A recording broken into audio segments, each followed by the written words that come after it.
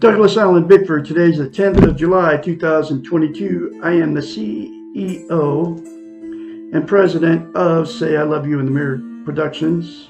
It's 8:15 a.m. here Pacific Standard Time in the beautiful Pacific Northwest.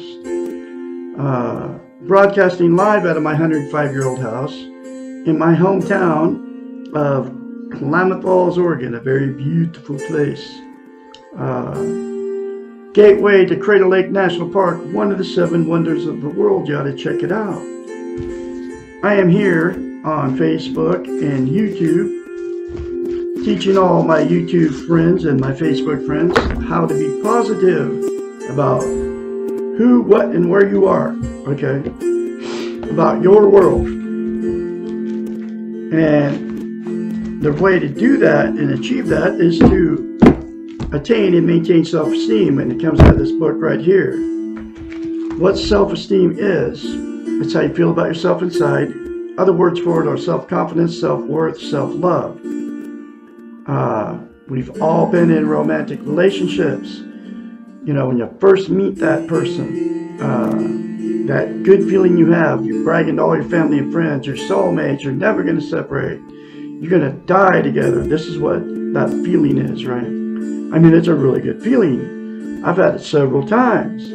But what self-esteem is, self-love, self-confidence, self-worth, is that good feeling towards yourself. Dr. Susanna McMahon wrote this book called The Portable Therapist. She's 73, lives in Madrid, Texas with her husband. She wrote, this book was published in 1992. It's in question form. I call them lessons.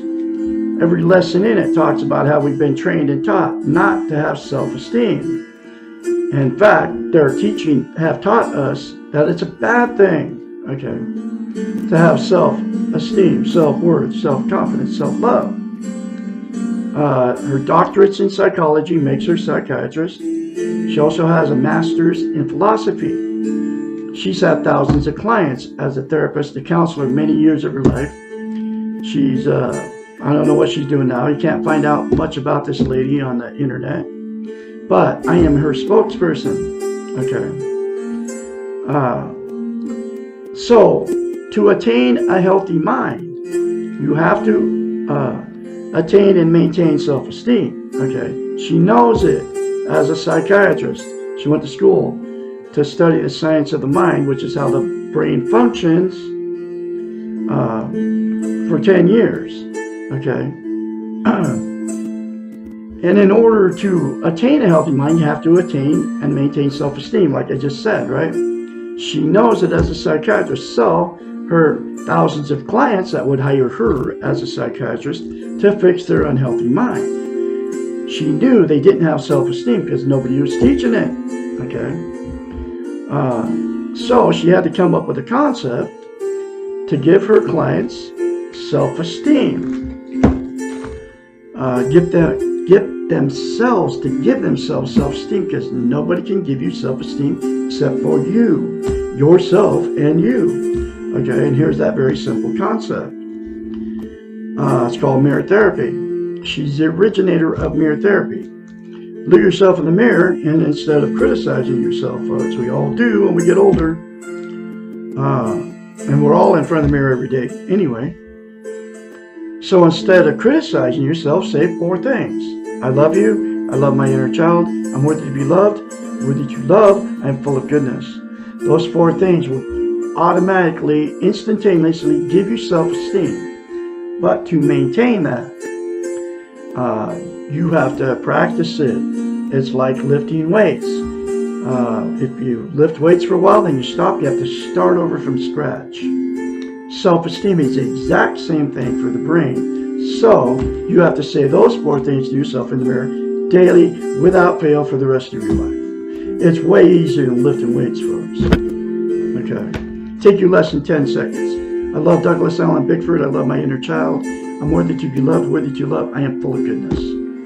I'm telling you, that's how long it takes, okay?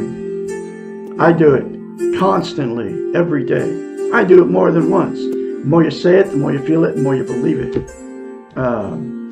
So anyway, and the other reason she came up with mirror therapy as a psychiatrist, we cannot lie to ourselves in the mirror. It's a psychological event that happens in your brain. You can't look at yourself in the mirror and lie to yourself. So that's why when you get in front of the mirror, you can either think or say bad things about yourself, because that's how you feel about yourself. You can't lie to yourself in the mirror, so you can't say those 4 good things to yourself in the mirror. In fact, you think I'm crazy for even telling you that. Okay, that's a defense mechanism. You don't even know you're even using it. Okay.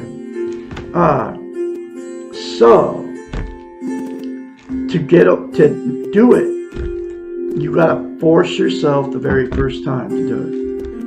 It'll feel very, very strange and awkward. Even thinking about doing it makes you feel weird, right? But force yourself beyond that feeling of not wanting to do it for whatever reason. Like thinking I'm nuts for telling you that, right? But it doesn't come from me. It comes from a psychiatrist. So get me out of the equation. Okay. Force yourself to do it beyond that. Okay. And then you will attain and maintain self-esteem if you say it every day, literally for the rest of your life. It's very simple, folks. It's very simple but hard because of that very first time, that awkward and strange feeling. Just do it anyway. It works. It worked on me, and that's why I'm very confidently spreading this message from Dr. Susanna McMahon. I have been for well over a year. Okay. 18 months, 19 months.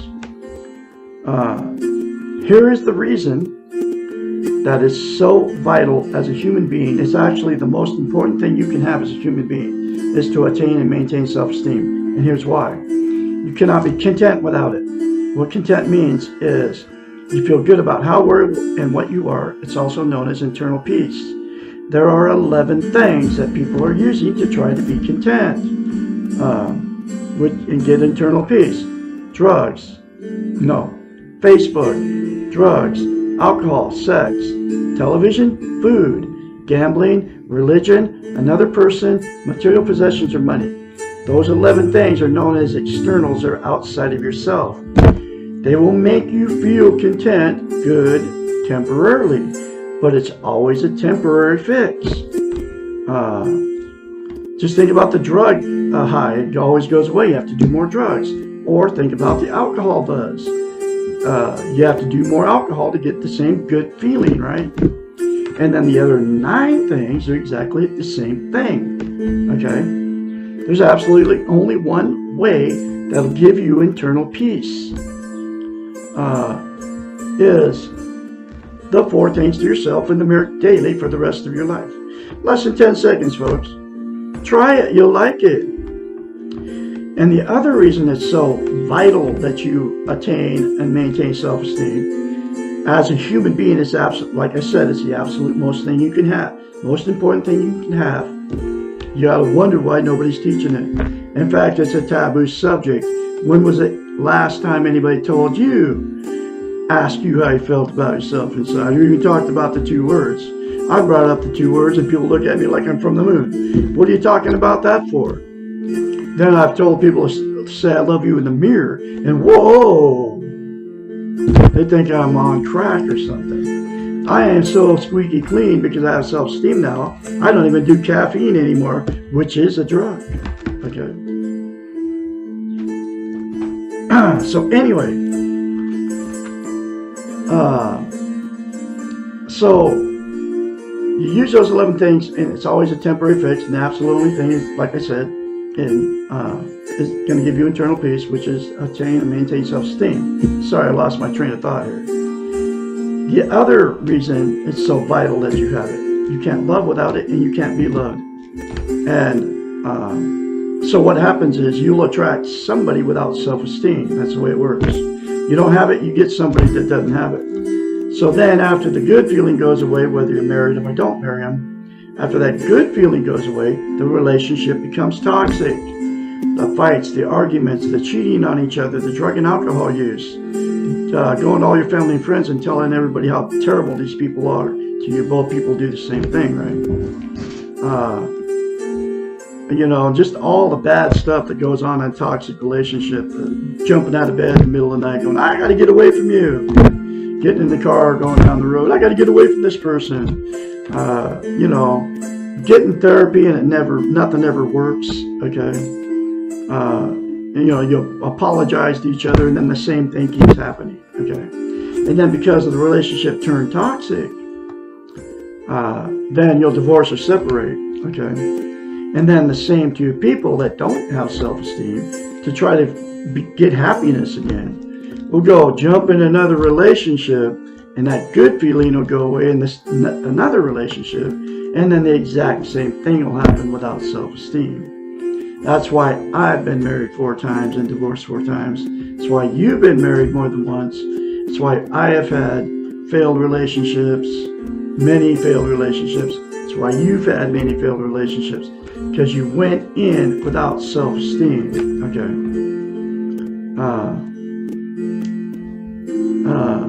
Then the next thing that will happen, two that got together with no self-esteem, you'll stay together in that relationship forever. There's a lot of people doing that too. And then the reason you won't leave it is because you don't want to be a failure. You can't be alone. You're being codependent on each other for whatever reason. You don't want to be an embarrassment to all your family and friends. You have nowhere to go, okay? So you stay in it forever. And then, you know, even both people know it's all bad and everything. You know, little innuendos, you know, the joking about how terrible these people are, but you're really seriously serious underneath that. You know, you really they don't like each other anymore, okay? So they stay in it forever, and then at that moment, people that stay in these toxic relationships for years, right, becomes a dysfunctional family. You know, and then all the emotional, physical, and sexual abuse from those two gets swept under the rug by all the children, and then dysfunctional families produce more dysfunctional families down the line, and then all the emotional, sexual abuse in the next one in the line. Dysfunctional family gets all swept under the rug, and the cycle continues. There's absolutely only one way to get out of a dysfunctional family, and that's for all participants to attain and maintain self-esteem and get this book and go through the many concepts that will fix your unhealthy minds, okay, and give you self-esteem, so you can get out of a dysfunctional family if you're in one, or fix a dysfunctional family, and then the cycle will stop. And then the very last thing that'll happen is the two that have been in many failed relationships or marriages will just say, boom, I'm done. I am not going to ever be in another relationship again because I can't find anybody to love me, and I can't find anybody to love. So they'll just be alone for the rest of their lives. There's a lot of people doing that too. And then they'll use the 11 things to try to be content, because you cannot be content without self-esteem. So the good news is, in my style of teaching, I'm a self-taught therapist. I'm actually a self-taught psychiatrist from her, okay? I don't have the degree like she does, but she has all the knowledge in this book of a psychiatrist. I am like a relationship expert now. And so the good news is, all right, if all parties involved in a toxic relationship, or the people all alone out there, got this book, number 1 said 4 things to yourself in the mirror daily without fail, and then get this book and do the many other concepts in this book that will give you a healthy mind, and fix your toxic relationship, fix the lonely person out there using the 11 things to try to be happy, right? Be content. It will fix all that, okay? But all the parties involved have to do it and say the 4 things to themselves in the mirror daily for the rest of their lives. If one of the people don't want to change in the toxic relationship, then it'll give the other person that wants to change strength to get away and get out. Okay. So anyway,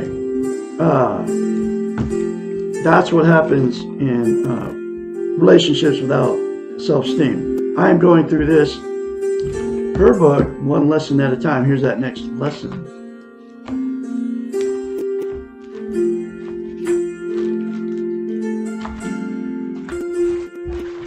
I got a new book on the way, man. This ain't fell apart. Lesson 53. This was me. Why can't I say no? This was my life. I've never been able to say no to any of these women I married. But this was my psychological problem. Along with, I had a bunch of others. Well, I had no self-esteem. I do now. I have it on steroids. That's why I'm very confidently, like I said, spreading this message, right? But this was me in my last relationship. My last 3.5-year relationship. I left a woman November 2nd, 2020. Best thing that ever happened to me. And I'm still reeling from the pain of it. Today, and it's been I'm pushing 21 months now. But so it's very, I haven't jumped back in another relationship because I attained and maintained self-esteem, and that's why. But here it is. Why can't I say no? For obvious reasons. This question is related to the previous question about standing up for ourselves, which was yesterday's video. People who cannot say no often do not know what they want or they do not want. I mean, this is like me, textbook. Frequently, these people think that no is a dirty word and that others will not like them if they say it. And that's exactly why I never said no to this woman, okay? Because I wanted her to love me, okay?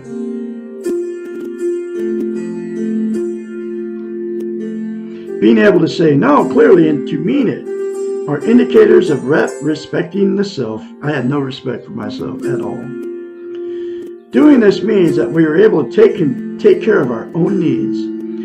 Not being able to say no frequently means that we do not know what we do not want, and we also do not know what we do want. It is not a coincidence that yes, people end up feeling angry, confused, and used, not knowing exactly how they got that way. I had no idea. I had all this resentment for her, but I did. I mean, she had a bunch of resentment for me too. She didn't have self-esteem either.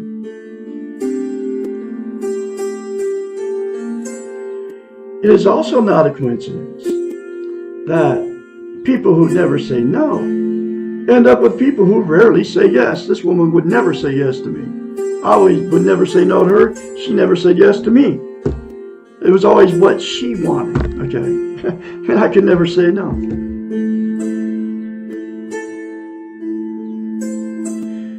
These kinds of opposites really do attract each other, and together they create a dysfunctional unit. And it was dysfunctional for sure. Not no more. I'm free and clear of a toxic relationship. I'll never be in another one. Not being able to say no means that we do not trust ourselves. We do not trust that we have rights and needs. It means that we have become concerned with what other people want and need than we have with ourselves. People who cannot say no are dancing in other people's heads. This means they are trying to figure out how to take care of others, and in order to do so, they have to try to figure out what motivates the other person. They are trying to passively coerce the other person into taking care of them. This sounds like manipulation, and it is. I was doing this, I didn't even know I was even doing it. By never saying no to anyone else's demands or needs, we are expecting them to never say no to our own demands and needs. Furthermore, we are expecting them to dance in our heads and to know what we want and need even when we do not. The fact of the matter is that no one can really be in someone else's head. There's only room for one person per head, and that is the person who owns the head. Doesn't that make sense? That's why this book, man, makes so much sense. Dancing in someone else's head means that we are not spending time in our own heads. It means that we are not taking care of ourselves. I mean, when I was with this woman, I wasn't even shaving or anything. I wasn't combing my hair. I wasn't taking a shower every day, because I always did that until I met her. Okay.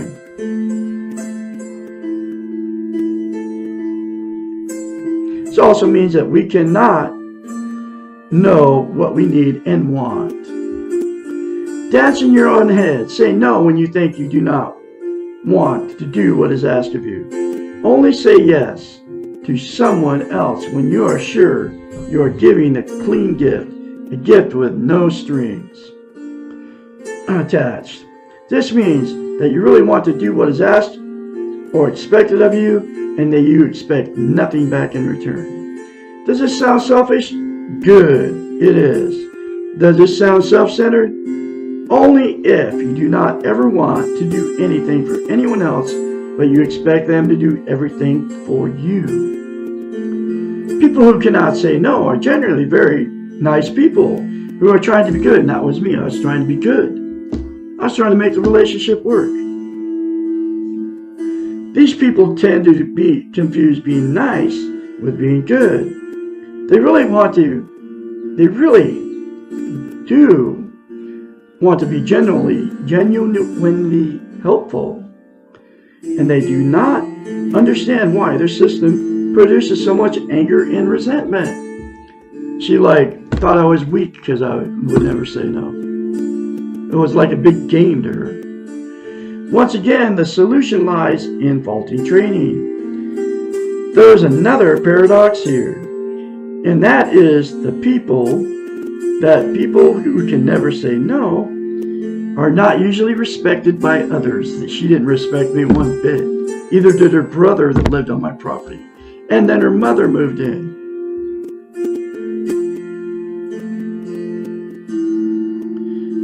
Once again, the solution lies in faulty training. Oh, wait. Okay, I just reread that. There is another paradox here in that people who can never say no are usually not respected by others. Their nice behaviors are taken for granted, and they are treated as victims or as not very important. People respect a no answer, and when they get a yes answer at another time, they appreciate it more and know it is real. Practice saying no. The world will not fall apart when you do so. Be clear in expressing how you feel. It makes life much simpler for you and for others.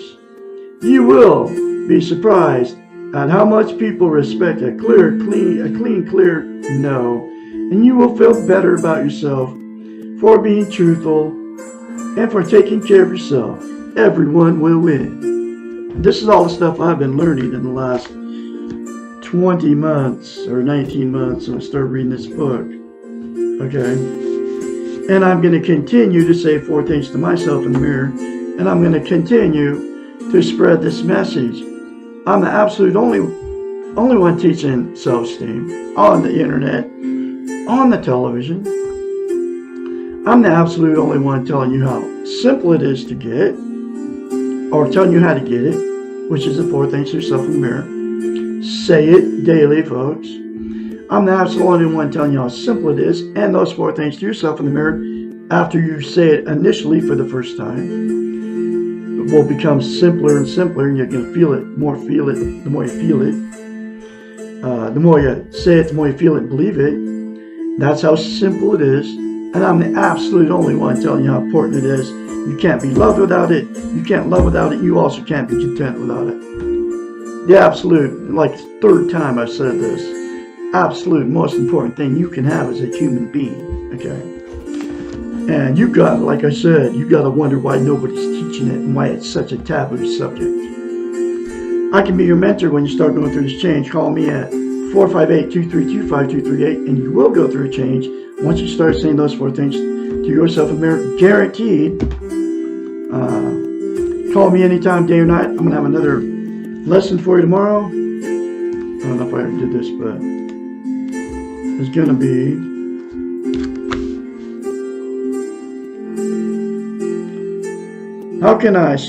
lesson 54. How can I stop abusing alcohol, drugs, food, sex, and others?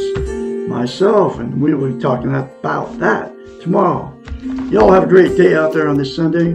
Go out for breakfast or something. Treat yourself to something fun. I'll talk to you later.